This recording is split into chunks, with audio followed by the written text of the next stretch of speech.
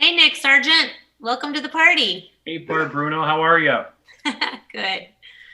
Good. Trying to get all the pictures.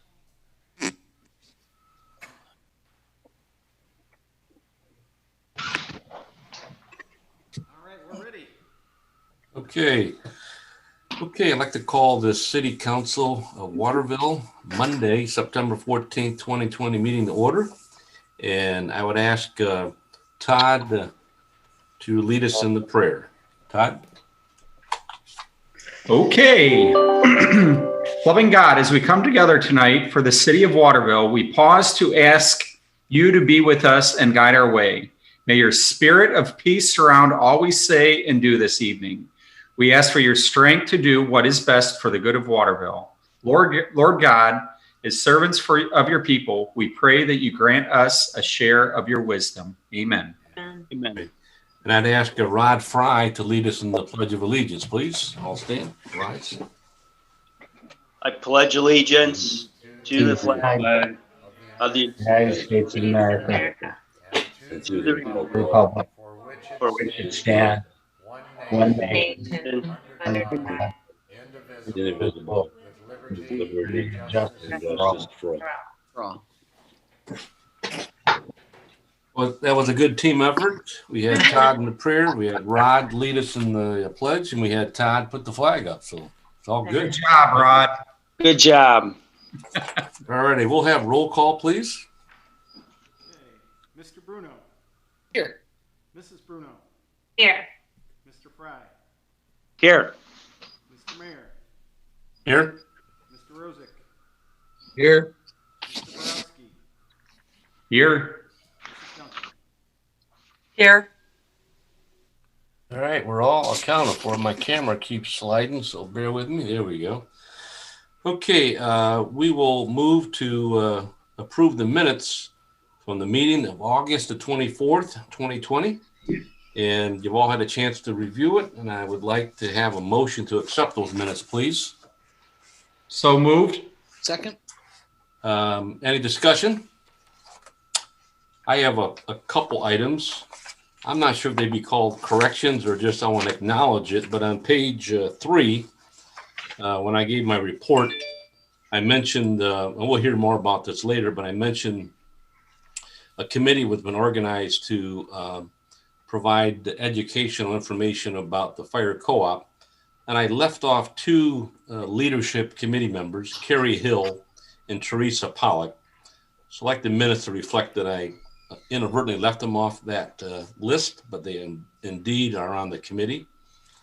And then lastly, on page 6, under other business, thanks to Councilmember Borowski and Rod Fry, we'd had some discussion about the city website page.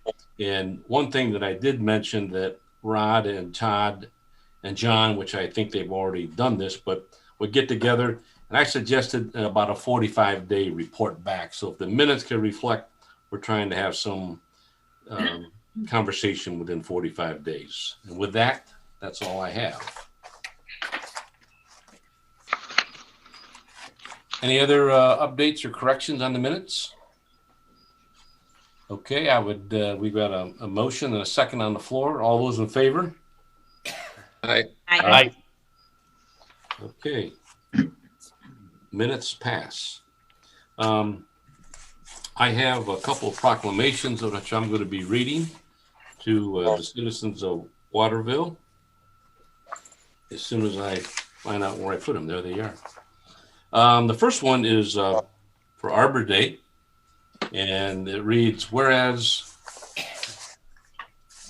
Arbor Day has been celebrated since 1872 as a day for the recognizing and promoting the value of trees.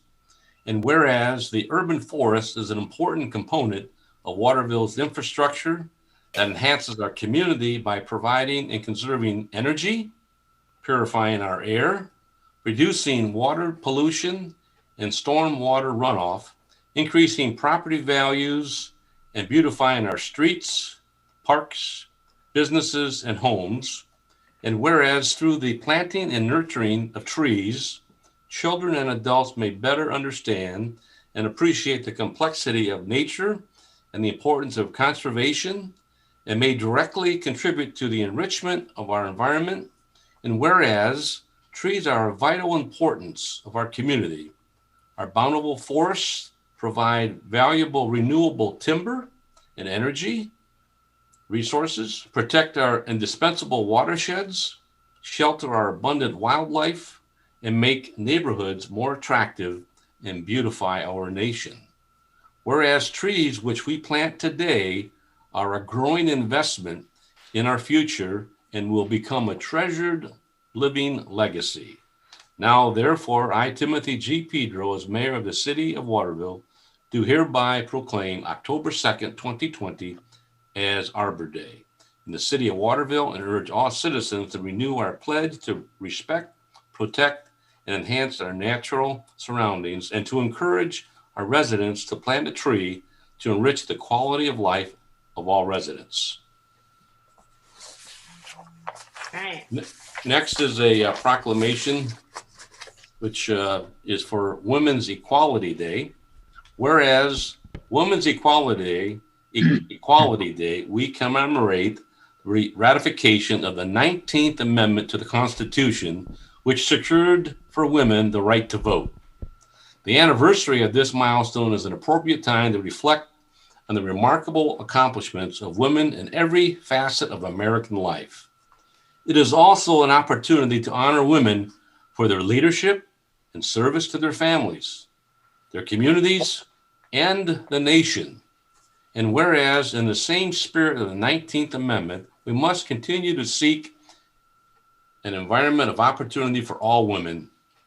Today, we celebrate the passion and the unwavering dedication of women who struggled and persevered in the fight for suffrage, and recognize the countless ways that women strengthen the fabric of the nation. We all benefit from the leadership and ingenuity of women in education, medicine, government, law, business, military service, and every field of contributing to the greatness of this nation. Now, therefore, I, Timothy G. Pedro, as mayor of the city of Waterville, do hereby recognize and commemoration of August 26, 1920, on which the women of America won the right to vote, as an opportunity to continue to work for equal rights for all citizens, and proclaimed August 26, 2020 in the city of Waterville as Women's Equality Day. Thank you. Just a footnote to that, I'd like to thank a couple folks, Paula Lauer for bringing the Women's Equality Day to our attention. And also want to recognize the Tree Commission and all their committee members for going out a few weeks ago and putting placards on trees. I saw them in the park, and to show our citizens what trees do for our community. So thank you. Moving on to our agenda, we have citizens report. And maybe before I get to one guest that I'm going to introduce in a minute, is there anybody else on the call besides Nick and Steve and whom else is there? I guess that's all. All right, so Nick Sargent, I invited Nick to come up to our meeting and provide an update on the educational campaign that he has assembled a team of volunteers, dedicated volunteers, community leaders to educate our citizens on the fire co-op and the plans going forward.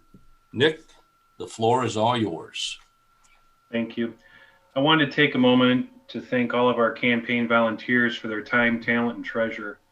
Teresa Pollock, Jennifer Scroggs, Carrie Hill, Jim McNellis, and Jeff Marty, to name a few. There's others coming on board as well. I'd like to thank Mayor Pedro, John Gokenauer, members of council, as well as the fire department and associate staff for providing the necessary facts during our information gathering period to move forward with the campaign. We're asking for a yes vote on issue 5 to support our fire and EMS services. As citizens, we need to do our part to support those who put their lives on the line day in and day out to keep our families safe. For the cost of a couple of doctor visits per year, $114 on a $100,000 home, $228 on a $200,000 home, you'll receive full-time dedicated staff, advanced medical technology, as well as state-of-the-art equipment. By staffing full-time employees, we're going to wean ourselves off the heavy reliance on volunteer contingent staffing. Make no mistake about it, we still need our volunteer firefighters and EMS, but having dedicated full-time staff at the station will facilitate faster response times and potential lapses in scheduling. As we all know, in an emergency, seconds count, so it's imperative to all of us in our community. Citizens for a Safe Waterville is the official campaign name of the group, and we've been working on quite a few different items. To start off with, the yard signs, the design's been completed, and those are off to the press to be printed. We're expecting them back in roughly a week, somewhere around the 18th or 21st of September, give or take a day. Also, the postcards with the message has been drafted. I won't go through the message in detail because I know time's kind of limited, but basically it's just asking to support the fire and EMS, talks a little bit about volunteers and a little bit about needing to have dedicated staffing for those positions, just like as many small rural areas have growing pains over the years as they get bigger. It's just a natural way to head. The Facebook site is up and running. It's called Waterville Issue 5. So if you want to check out Waterville Issue 5, it's thanks to Teresa Pollock and Jennifer Scroggs again for their dedicated work on those sites and postcards. Without them, they wouldn't be in place. So a big thank you to them. So basically, our mechanics and distribution are in place, and we have target dates for implementation as far as when to do the mailings and when to start putting the signs out in people's yards. I guess I would end on just, a quick little story about my neighbor. He's been here 10 years in Waterville. I mentioned we're going to have a campaign, and he had no idea we had a volunteer fire department. He just assumed, based on the size of the building, the facility, and everything that he saw, going through town, that we already had full-time staffing. So I think a lot of people in the community will be surprised and just educated in general as to what's going on. Will make a big difference in how the campaign moves forward and getting people to vote yes on the issue. So that's what I have. Council, any questions for Nick?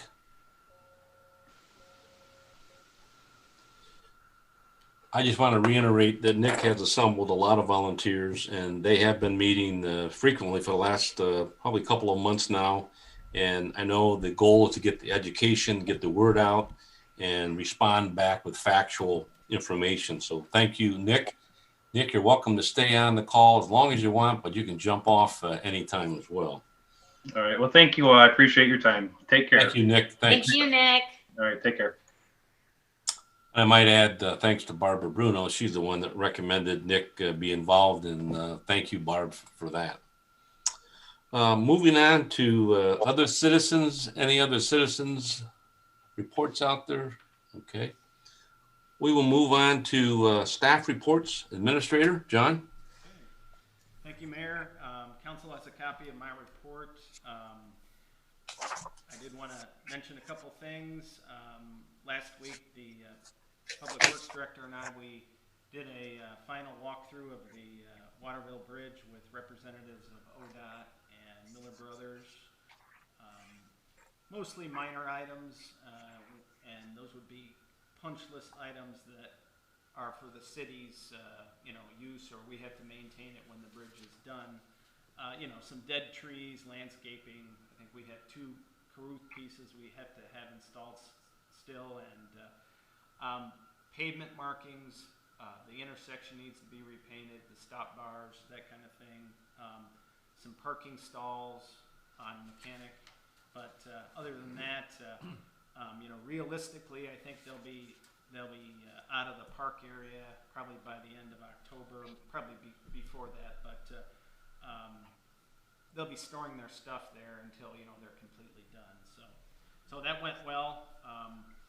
And then I wanted to mention that I know it was mentioned about our social media presence and our website, and the finance director and I, we reviewed some draft updates to the city's website, and part of that we'd want to include a social media component to that, and that's still working on that, but our consultant on that is Interactive Design Solutions, and they're in Waterville, right in Waterville. So try to use local companies to do this kind of work. And then I reached out to the Lucas County EMA along with the fire chief and asked questions about trick-or-treating and Halloween, and they didn't have any recommendations as of yet, but they said they are going to work on those and that they'll get those to us very soon. If anyone has any questions. I'll open it up to council to start with Mary Duncan. Any questions? John, I understand that we do have a contract now with Republic. Is that correct? No. No, we do not. Okay. Is that making the rounds on the? Well, I was curious. I had a lot of questions about another unlimited pickup in October, and then of course the totes. So people are anxious to know when they're coming. I know. And one of the things is Republic has talked about dividing the city up into 2 zones to collect recycling. So it's like, well, where's our map for the recycling pickup? Is it going to be start on the first day that they do automated pickup, or is it going to be the next week? And so those are some of the things that they have to get to us.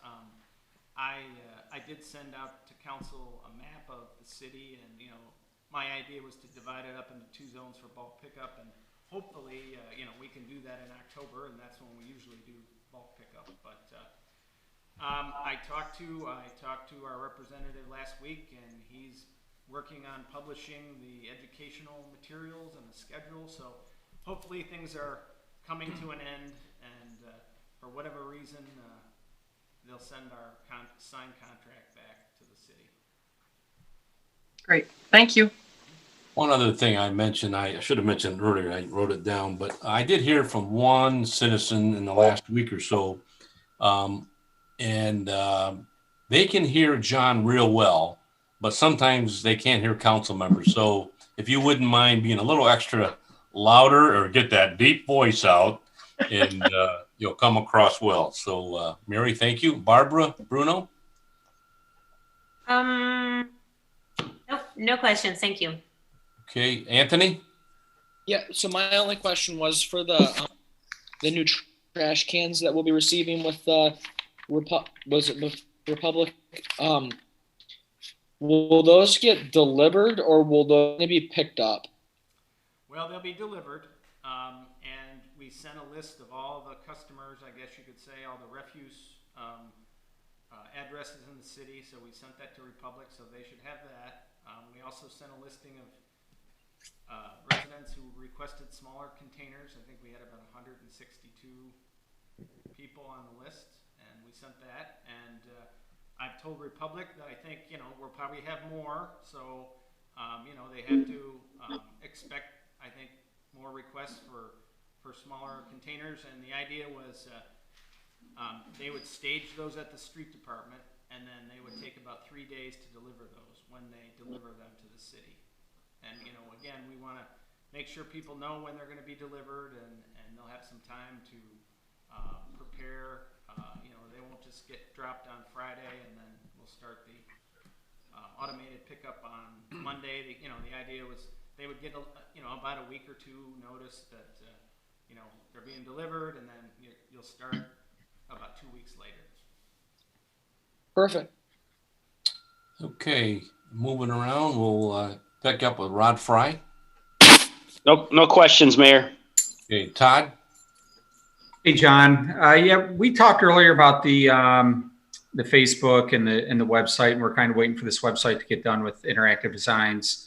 My recommendation with Interactive, I don't know, if you're overseeing, where they're at right now, but it's been brought up by a couple people that wanted to join Zoom, that, to join Zoom, they have to call in and you have to send them a link.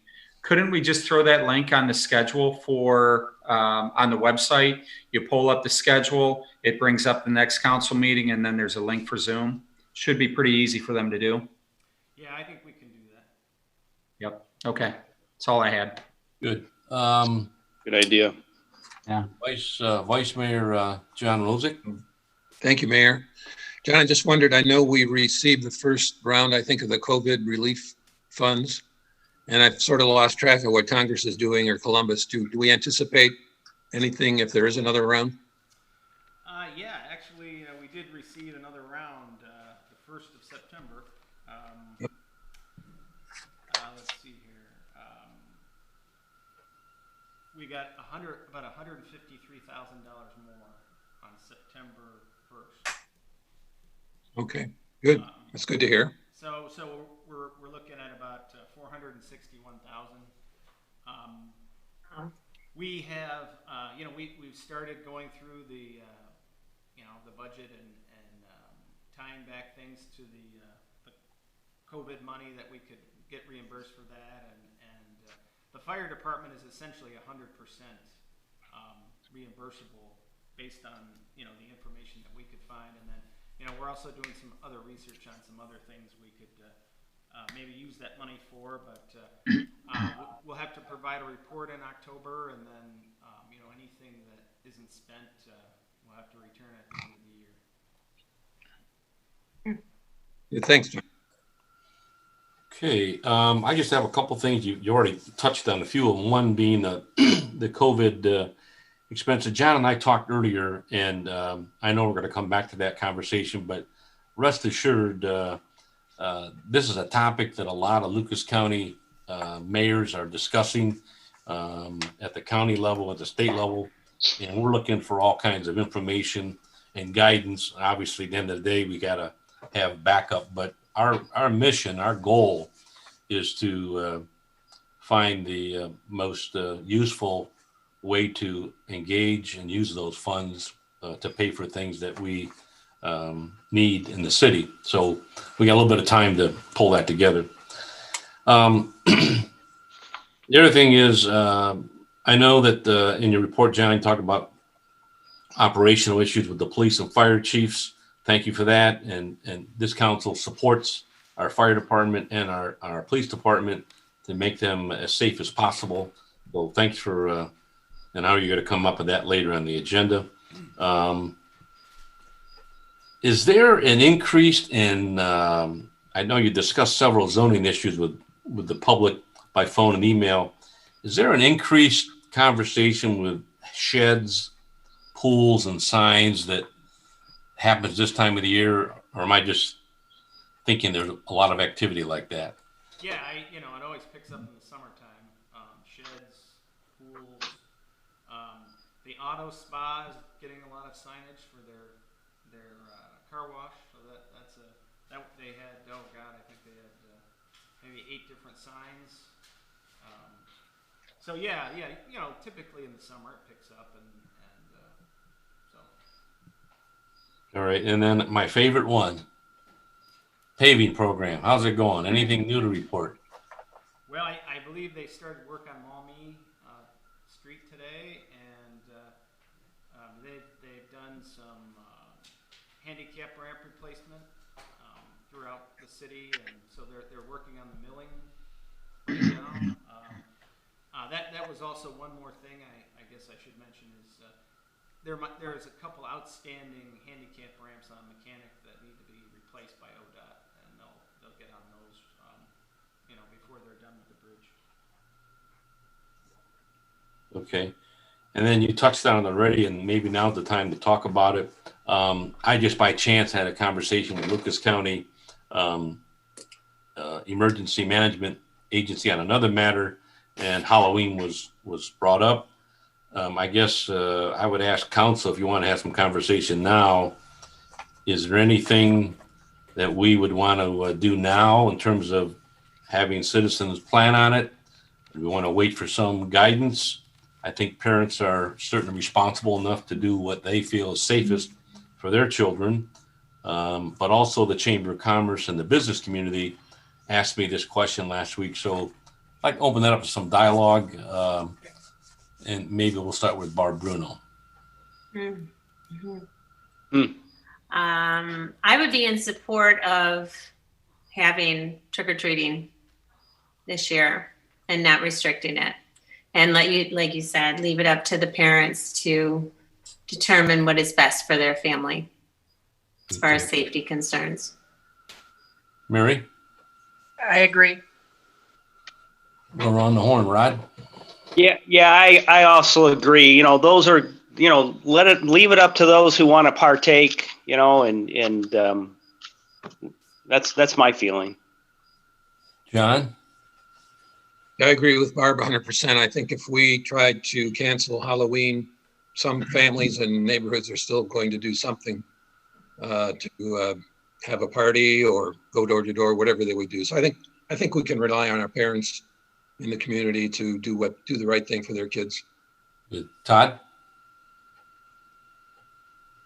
Yeah, I agree. I think if we're going to move forward with it, we should have guidelines for the businesses, and what we feel would be the proper way to do this. Maybe it's a single file line collecting the candy and that we pass out. And Anthony? Yeah, I was going to say the same thing. I think that it makes good sense for us to go along with it and continue the tradition. But, maybe for those that want to take part in it and don't want to interact, maybe putting a bowl out of candy for people and just making just the correct precautions of social distancing, that would make good sense. But I think we should keep the tradition going. Okay, the only thing that I would add is in talking to the county, maybe we got some time to maybe go through this, but I'm sensing pretty much go forward, but maybe invite our families to come up with some creative ways to do this. I heard somebody say today they are going to put candy in a chute and put it out the second floor window and down to the first floor. I mean, so people can be creative here, and I think that would instill some responsibility. So I'm sensing that we're going to move forward. Obviously, we will make some adjustments as time gets closer, but I think that gives families and the business community planning time. So we don't need a motion. We just need to move forward, right? I think because it's on a Saturday, Mayor, I think that's a good thing, because people aren't rushing home from work to get kids ready to try to do something.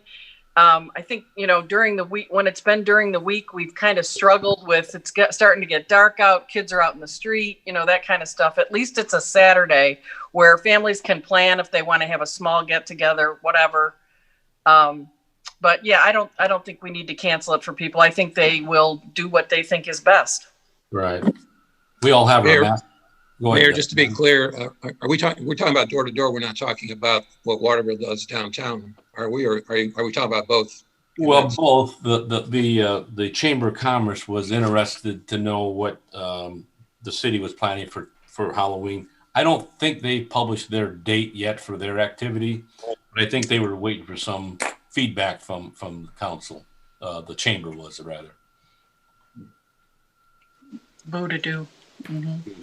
All right, we all have our masks on now, so what's the difference? All right, we're all good. All right. Exactly. Kids are going to wear masks. Yeah. Okay. That is all the questions I have. Tim, 6 to 8, Halloween, I think we typically do it 6 to 8. Does that sound good to the group? Yeah. Yes. That's fine. Yeah, 6 to 8. Okay. That is our administrative report. We'll go to our law director. John, or Phil, you got to speak up loud. No report.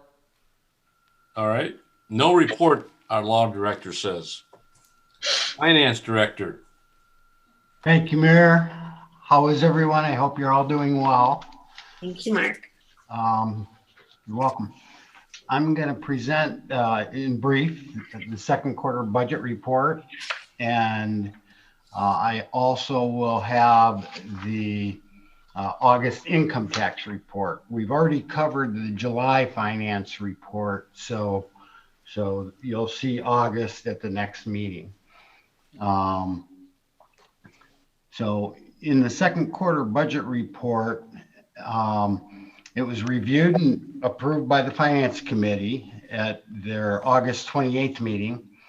And the report reflects original budgeted revenues and appropriations as approved by Council on February 10th.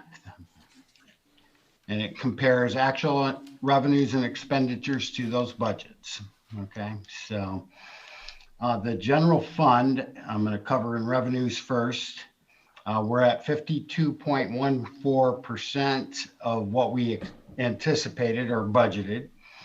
Property taxes are tracking higher for the second half at 65%. Income taxes were at 50.65%. So half a year, that's expected. So it's pretty good considering the environment. Local government revenue from the county is in line at 44%, and local government revenue from the state's at 150%. Charges for services, collections are at 100% of the budget. For the fire contract, they paid their entire contract as of already, okay? And rescue services are at 59.78% of the budget. Investment earnings, 50.21. Miscellaneous rental revenues are at 62.56, higher than expected. However, the rec building rental is down due to COVID-19, and some of those revenues had been refunded out as an expense line item. So anybody that had prepaid and reserved. Miscellaneous refunds and reimbursements are at 84%, primarily due to reimbursement of our 2018 BWC premium. They reimbursed the entire premium due to the COVID issue. So that was approximately $20,000. Monthly refuse fee is at 52.92%. For the dedicated funds, which include your road funds, streets, construction, maintenance, and repair, state highway, and permissive tax, those revenues are at 48, 58, and 53% respectively. Parks and green space is at 37.59. The police pension fund is also exceeding, similar to, and that's due to property taxes. Miscellaneous law enforcement funds are, those funds 260, 290, and 300 are at 22% of their combined budgets. And we don't get whole lot of revenues in those particular funds. The new fund, the CARES Act Fund 285, as of the end of June, it's at 307,582. So we received that in one lump sum. And then now again, as John had said, September 1st, we received another 153,000 plus a few extra dollars there. So we'll be amending the budget for that, obviously. Overall, the dedicated fund revenues, excluding the 285, because that would take the percentage kind of unbalanced, is at 48.75%. The 5-year capital revenues are at 58%. Income taxes in that fund are also at 50.65. And we've received some reimbursements for 2019 projects from OPWC for approximately 74,000 and ODOT for approximately 300,000. So that's one of the reasons that those revenues are above what we would have expected mid-year. No, and the revenues, note revenues and transfers had not yet occurred as of June 30th. They have as of now, though. So not transfers yet. Enterprise fund, the operating water and sewer funds are at 46 and 46%, both of them pretty close to budgeted revenues. And the capital water and sewers funds are at 9.72 and 35%. And again, the note revenues that we typically get each year for the note rollover had not occurred as of June. Overall grand totals for all funds show revenues collected in the second quarter at $4,924,000, and that's 45.89% of what we had originally budgeted. Expenditures. The total general fund expenditures are at 37.17%. Most of the departments, it's quite a broad range, is between 20.12 and 49.6% of the budget. Personnel and operating budgets are at 40.67 and 33.51 respectively of the general fund budget. No transfers had been made yet. Dedicated funds, road funds were at 43, 22, and 43% of budgeted expenditures as of 6/30. So the total dedicated funds were at 28.94. So clearly we kind of a indicator that we had spent pretty conservatively in both the general fund and the dedicated funds. 5-year capital fund is at 19% of the budget, and a lot of that's due to the delay of any projects that we had budgeted. Some of the projects have now started, including fire equipment purchases, engineering costs related to road resurfacing as of June 30th. And we had also done some street light additions. The enterprise funds are at 42%, water and sewer 42% and 41% of the budget.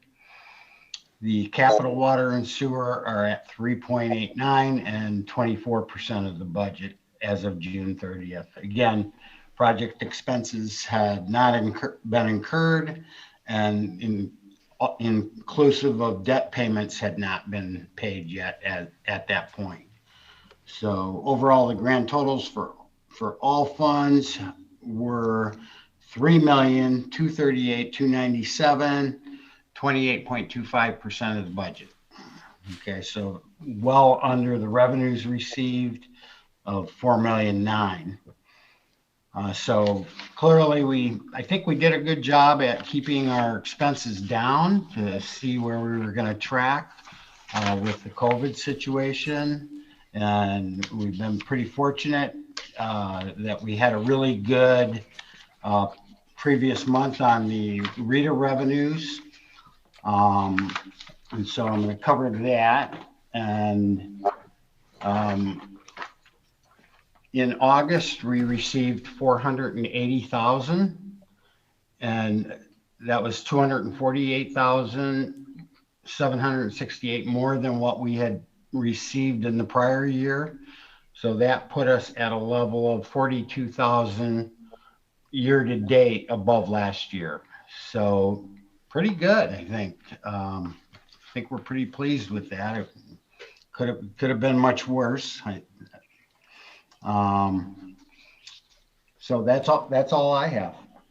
Any questions?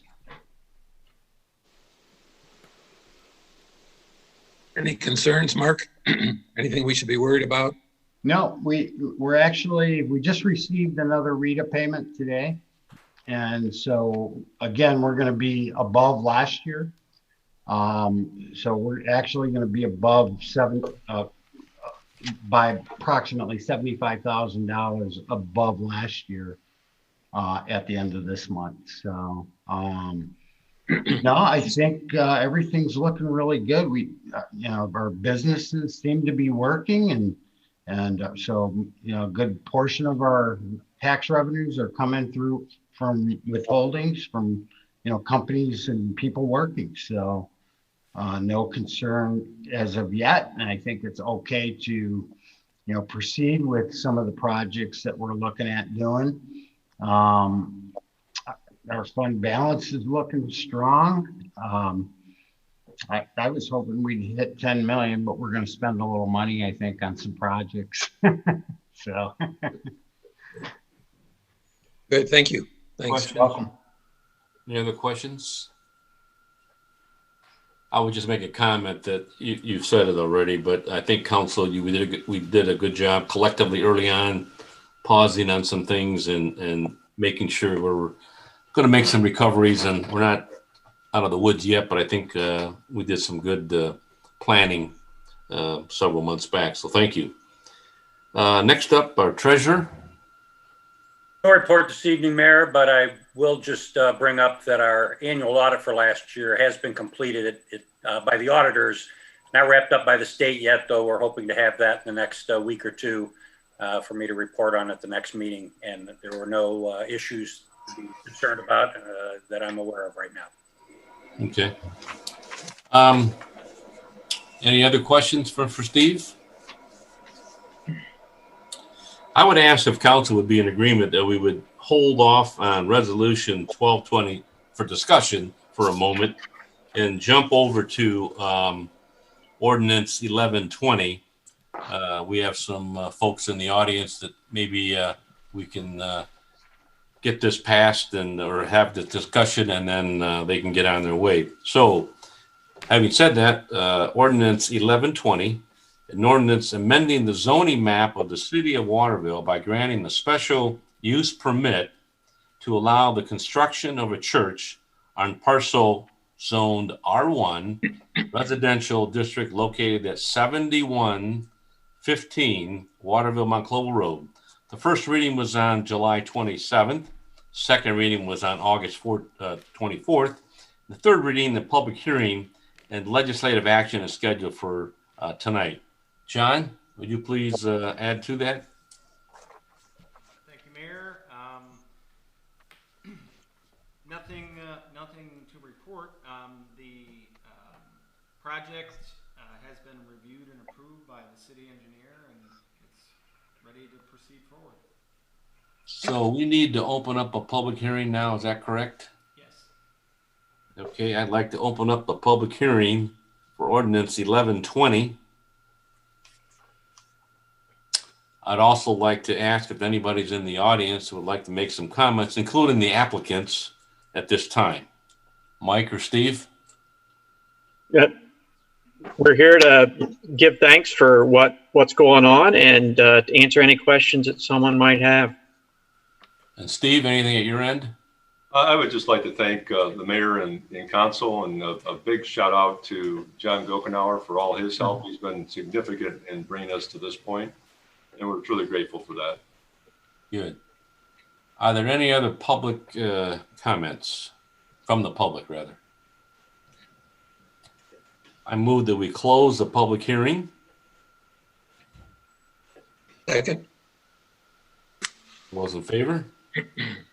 Aye. Aye. Aye. Aye. All right, now the legislative action. I need a motion to accept ordinance 1120. I move to approve. Oops, sorry. I'll second that. Any more discussion? Mayor, I just wondered if Steve or Mike knows when they might start the project once it's approved. But we don't know that right now. We're just finishing up all the final budget estimates, and then we have a couple procedural things as a church that we have to do. So we're moving ahead as quickly as we can. And one of the things that we had to have in place before we could do a couple other things was this ordinance. So. Sure. Good. Thank you guys for being patient. I know you were ready 8 weeks ago. Mm-hmm. Well, it's going to be a beautiful addition to the community, no doubt. Yeah. Absolutely. Thank you. Thank you. And I know you earlier talked about the church, obviously, but you have some community rooms, some space that you're going to open it up to. So that's even better. Yeah, this fulfills our vision to be a partner with the community. And so all of our space will be available to who needs it. So Good. All right, so we have a motion and a second on the table. Any more discussion? All those in favor? Aye. Aye. Congratulations, Steve and Mike. Thank you. Get your hammer and get your shovel and go to work. And you're welcome to stay. You're welcome to stay on the meeting, but you don't have to. Yeah. Thank you for handling this so we could get away. Yeah. Thank you. All right, back to old business. Resolution 1220. Mayor, before we proceed, Mayor, if I may, just so you don't forget, you skipped communications from council members. John, you're too good. I got it in pink, so that I miss it. So let's go back to communications from the council. And we'll start with Mary Duncan Nothing, Your Honor. and Barbara Bruno.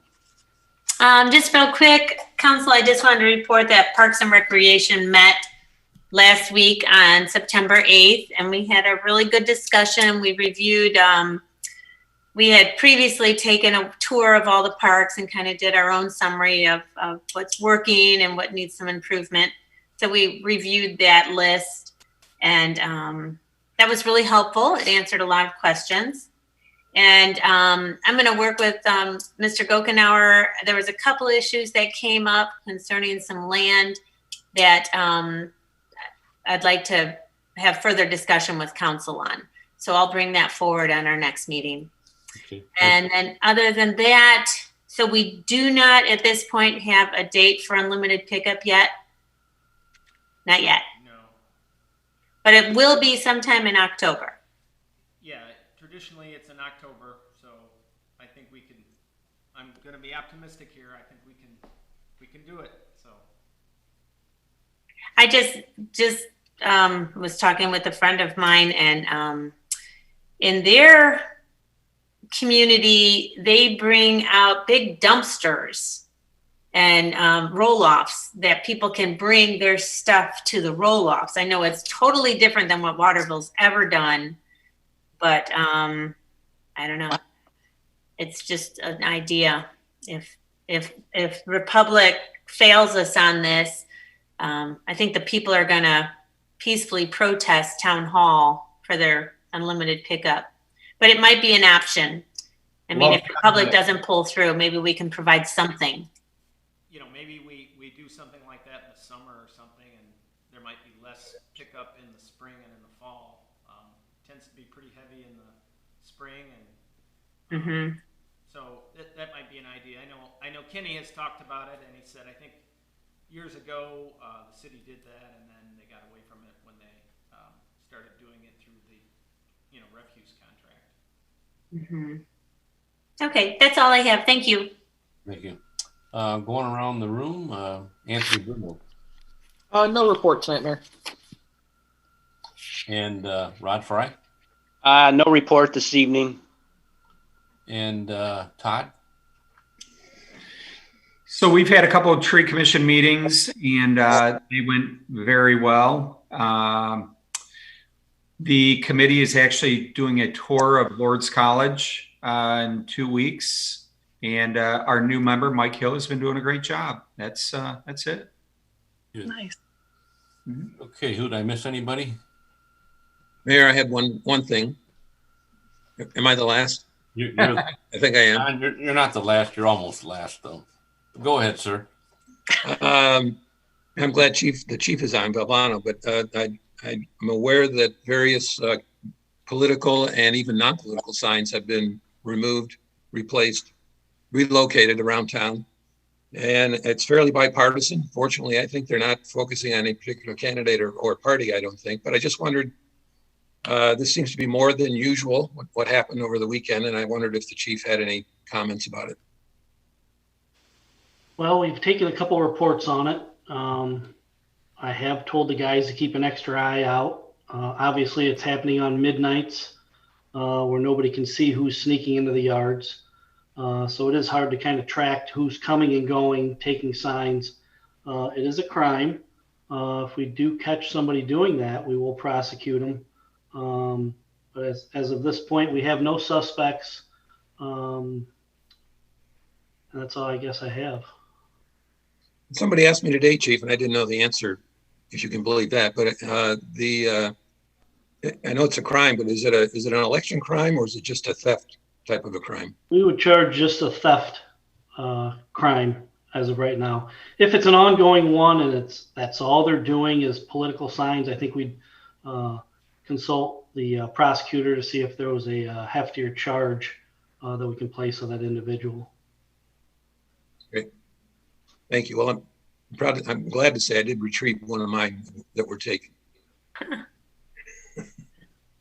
Good. I had covered one of the items that I wanted to bring up, and I did see that obviously Chief Bovano was on. Chief Meyer, I think you were on a minute ago. Are you still with us? I'm here, sir. I guess I invite you to make a comment if you have any updates from the fire department. I don't have any updates, but I did figure out how to change my background in my off time. So now you can all, no matter where I am, look at my background. Here, I'll move out of the way. Go blue. Tell you what, this is a tough crowd. Okay, I guess moving on to old business then, we'll go back to Resolution 2020, a resolution authorizing the municipal administrator to award the contract to Deere and Company for the purchase of a John Deere 5100M utility tractor with a trade-in. John, any further updates there? Nothing to add. As the finance director mentioned, we seem to fare fairly well with the pandemic, and our earlier estimates on our financial situation aren't as bleak as we thought. So, we think we're in a good enough position financially to move ahead with some of our budgeted purchases. Capital equipment purchases. Questions or comments from council? All right. I know we had tabled this way back when, and I would entertain a motion to pass Resolution 1220. Do we have to take it off the table first or no? Or we just did that? You're right. We do have to take it off the table. All right. I move to take Resolution 1220 off the table for consideration. Need a second for that? Second. And then I move to approve Resolution 1220. Second. Any further discussion? I would note one thing. I know the cemetery has talked about paying the city the trade-in value if they're going to go ahead and pick up equipment. It kills two birds with one stone and may eliminate some burden on our maintenance department given our current situation with the township and the equipment in the cemetery. So if I heard that correctly, the trade-in, rather than trading it into John Deere, if John Deere would going to give us, X dollars, $1,000, John, you're able to sell that to the cemetery district. Is that right? Yes. All right. And that would be an administrative task. We don't have to approve or disapprove that. No, that's correct. Do we need to change the resolution? If you look at it, it says Section 1 says for the net price of the trade-in, if the trade-in is completed. So I guess if we would get if somebody would give us more money than the trade-in value, we could go ahead and sell it to that person or entity, firm. The cemetery board, I believe the law director researched that, and you can sell equipment to other political subdivisions. Yes. Yep. Great. Well, Do you think, Roddy, going to buy it? We've got a meeting coming up next Monday. I need to get an update from Mr. Dombey. I believe he was going to have a meeting with the township law individuals. So we got to figure out where the township is with some of that equipment. But it probably would make sense for us to pick it up. I would let council and Rod know, Mr. Burrell suggested meeting after Labor Day. I gave some dates. He communicated via email apologizing, asked for dates this week and next. I've given dates, but nothing's been set yet, so I don't know. So we don't have an update right now, so we'll have to wait. Okay. All right, so we can move with this resolution and the administration can either trade it in or sell it. Go either way. Yeah. Okay. All right, so I believe we've got a motion to approve and a second on resolution 2020. Any more discussion? All those in favor? Aye. Aye. Aye. Opposed? It passes. Next up is ordinance 1420, an ordinance amending Part 3 of the codified ordinance of the City of Waterville, Schedule 5 of the traffic schedules, restricted or prohibited parking by adding no parking areas to a portion of Sycamore Lane on Royal Hampton. First reading was August 24, second reading was September 14th, and third reading legislative action on September 28th. Next, new business. Resolution 3220, a resolution authorizing the municipal administrator to enter into a contract with Lebanon Ford for the purchase of a 2020 Ford Utility Inceptor. John? Thank you, Mayor.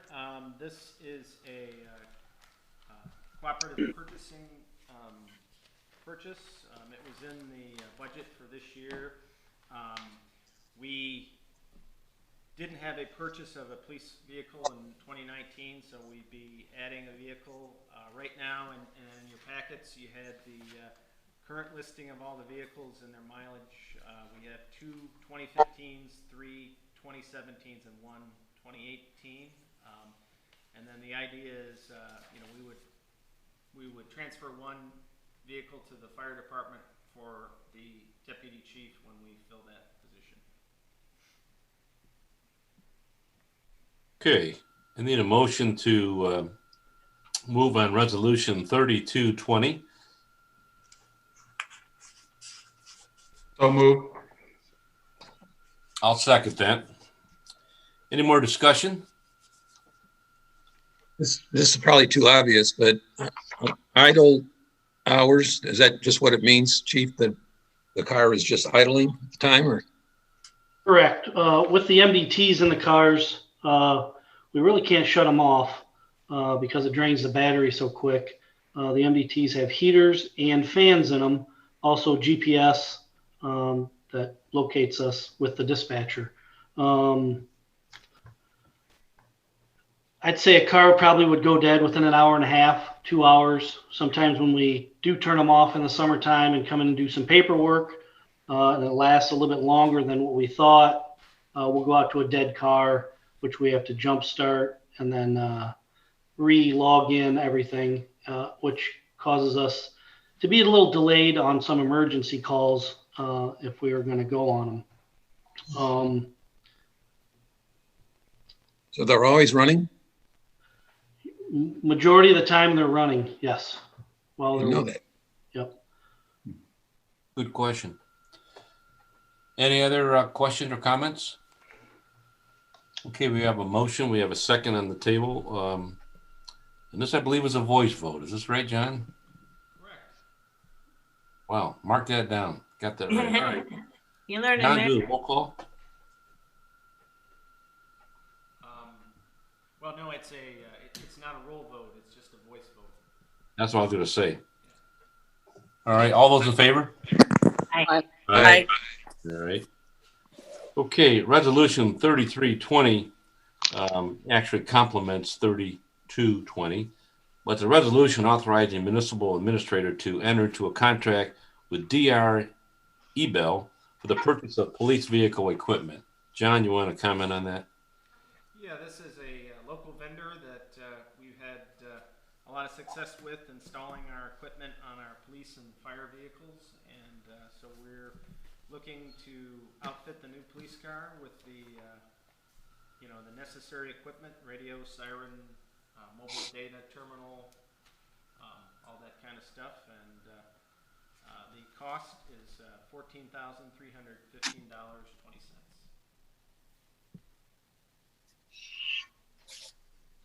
Okay, I need a motion for passage of 3320. So moved.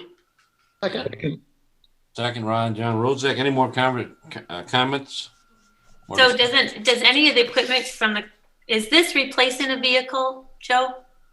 The one that we just approved? It will next year when we transfer a vehicle to the fire department. So all the equipment going into the new vehicle is not being transferred from them? I priced it as if the vehicle had some changes to it, new year, new model. We might not use all of it, but I wanted to put it all in there just in case it didn't fit. Okay. But usually when we do transfer that, then the fire department has very little, equipment to install. It's already set up. Nice. So they would use a lot of the equipment that's coming in from the police vehicle. Correct. All right, thank you. Yeah, I should have asked Mayor or John. I didn't look back. These were both in the budget that we passed earlier in the year. Yeah. Okay, so we've got a motion and a second. We have some conversation. Anything else? All those in favor? Aye. Aye. All right, resolution passed. Next is resolution 3420. It's a resolution authorizing the municipal administrator to enter into a contract with Rayleigh Communications for the purchase of fire commercial communication equipment. John? Thank you, Mayor. As part of the 911 consolidation, the county is requesting all the fire departments in the new consolidated 911 dispatching area to convert over to a new frequency, and we have to convert over to that new frequency, and we have a proposal to buy new pagers for our paid per call and volunteer people to communicate with the dispatching, and that is something, an expenditure we'd like to use the COVID funds for, which is from our research, that's perfectly legitimate use of that money, communicating with the dispatch and helping us respond better to our current public health emergency. So we're using the COVID funds for this purchase. Excellent.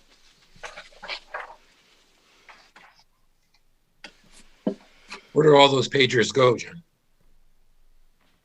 Do the volunteers or the firefighters have them with them all the time?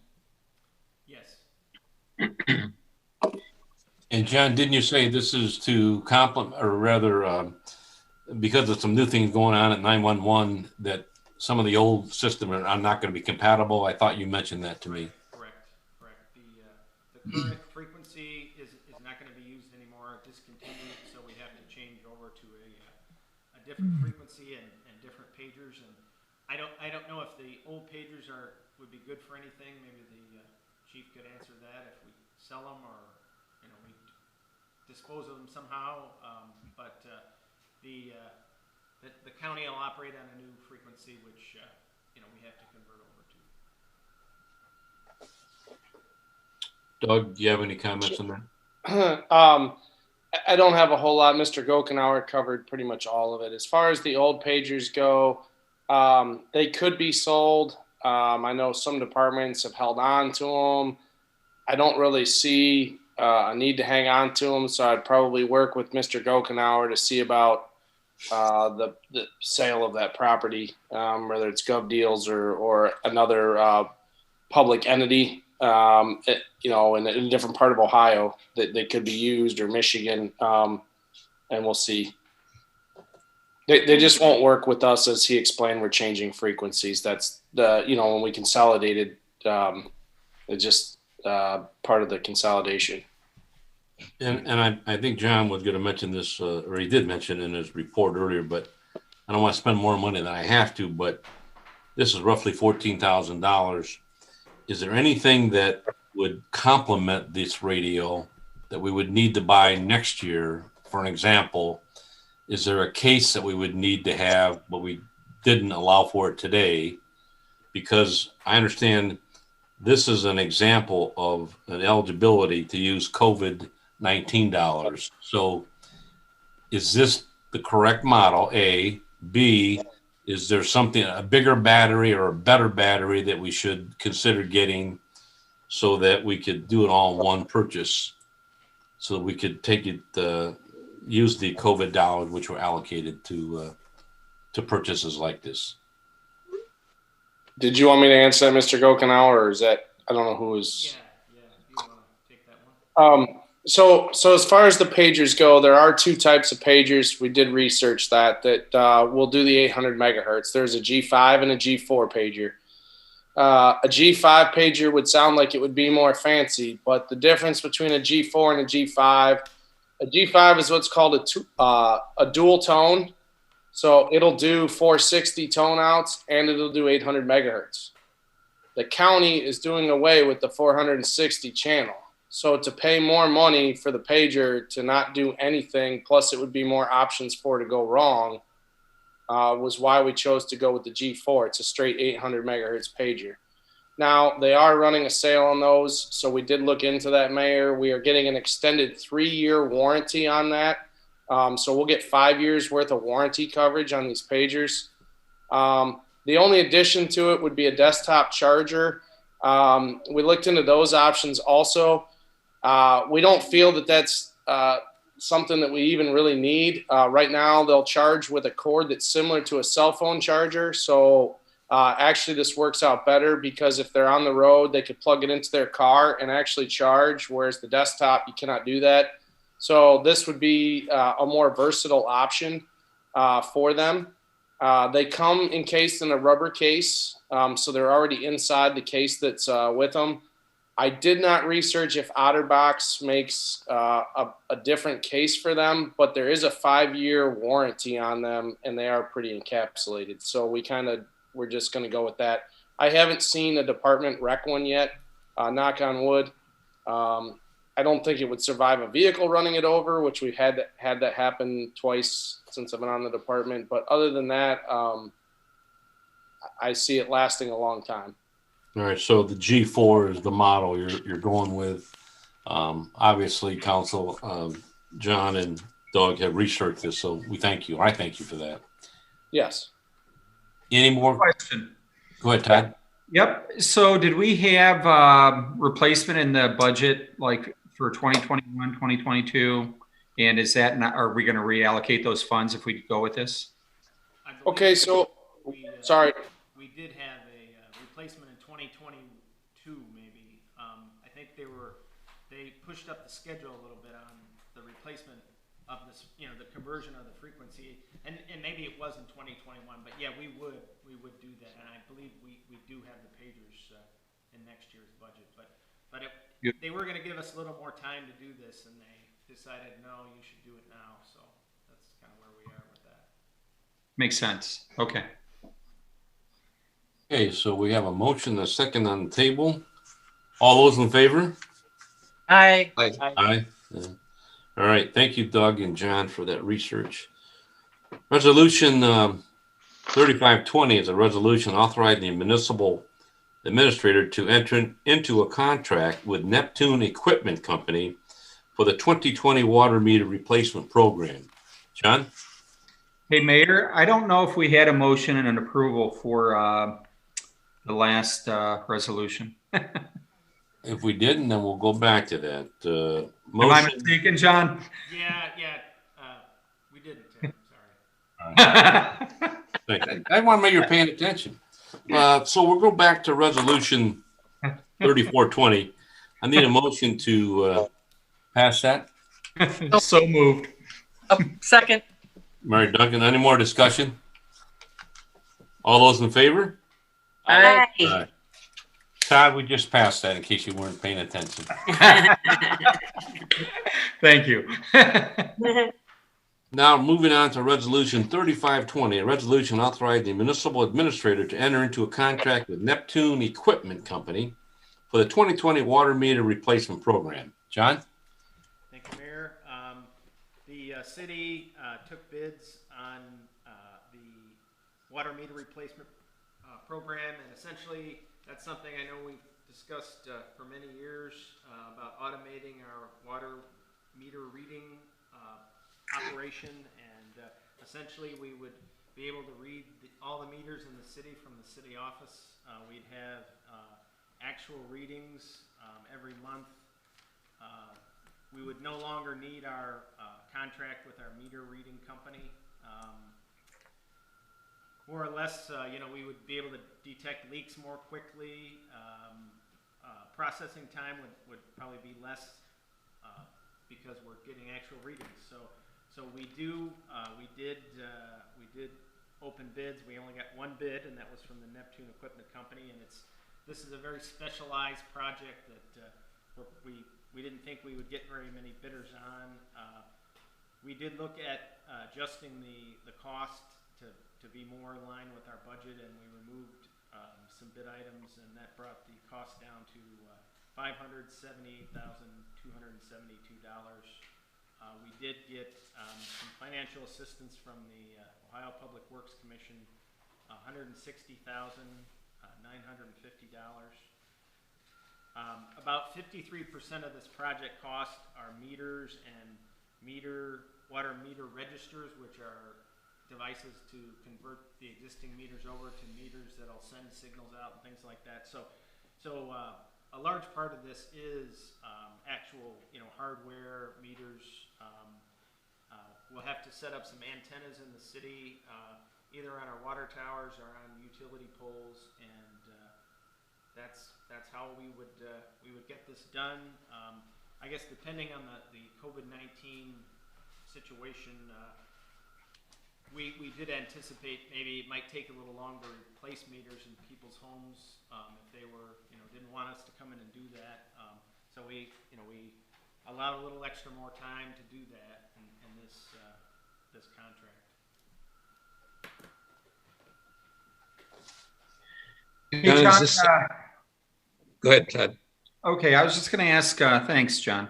So, John, did we look into any grants for upgrading these water meters? And what is the plan for, I know there's value in scrap for the old water meters. Do we plan on selling the old water meters?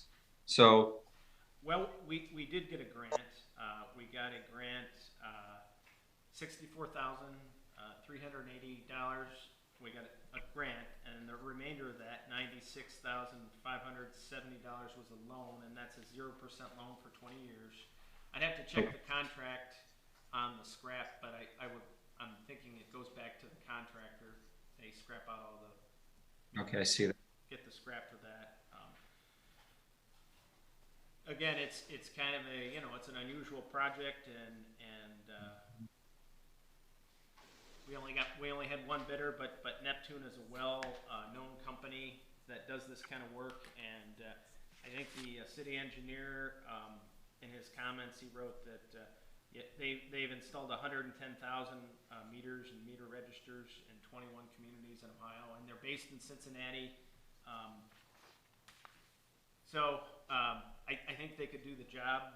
It would be nice to get more bids, but it is kind of a specialized project. Okay, all right, thank you, John.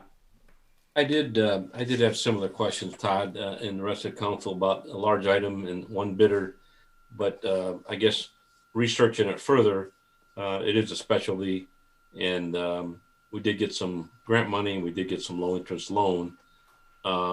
Did you also say that the company that does our reading now is slowly getting out of that business? They've indicated that they may not be able to continue past such and such a date. They're in Dublin, Ohio, and they have bid on our meter reading for the last two contracts, and they were the only bidder.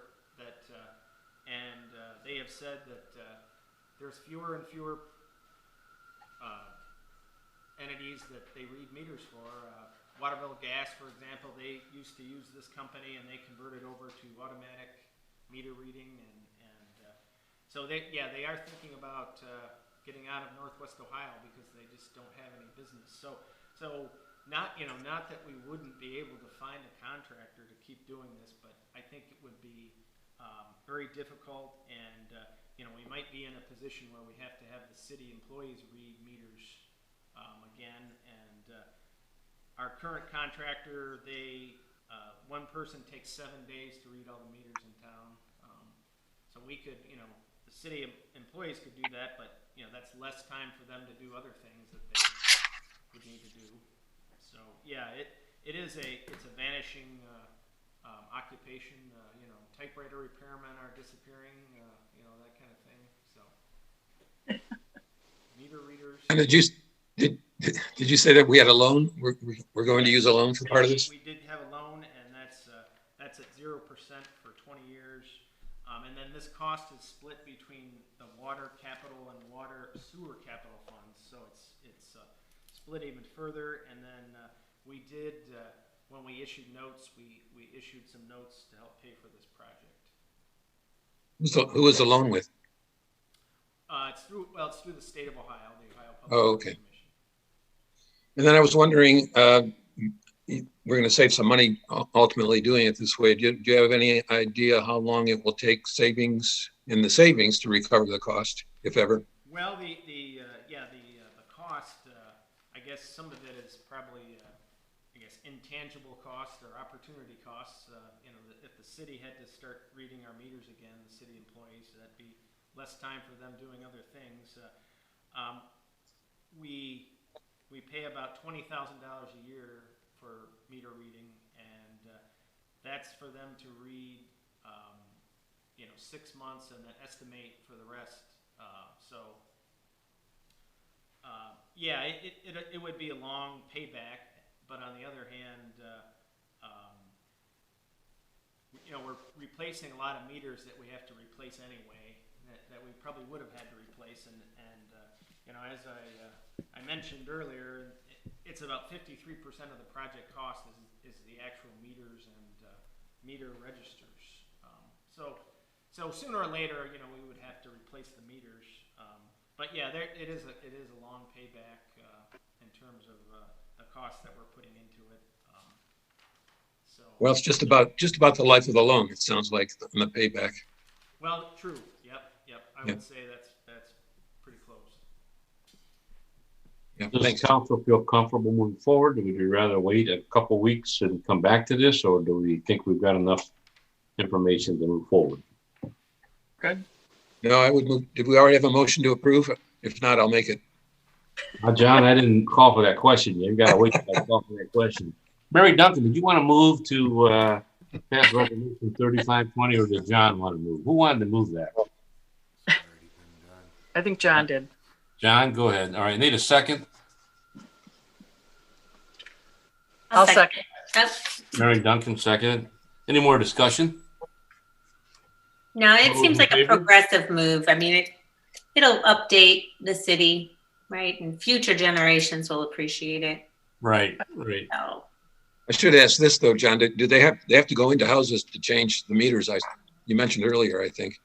Not all of them. And we do have in the bid specs, they got to wear a mask and they got to sanitize and that type of thing. If the install goes well, it should take about 10 minutes really. If they encounter a problem with the homeowner's plumbing, pipes or anything like that, then I guess we'd have to come back to it later on. But they should be able to go in and get out quickly. It'll be more or less scheduling and when people are home, and if the meter's in your basement or something, I mean, you're going to be away from the property owner probably, and hopefully everything will go well in that respect. Okay, we got a motion and a second on the table. All those in favor? Aye. Aye. Opposed? Passes. We're scheduled for an executive session. So we can invite Steve to jump off. John, or rather Chief Alvano, Chief Meyer, if you're still on, if you could jump off, or John will jump you off. I'll let.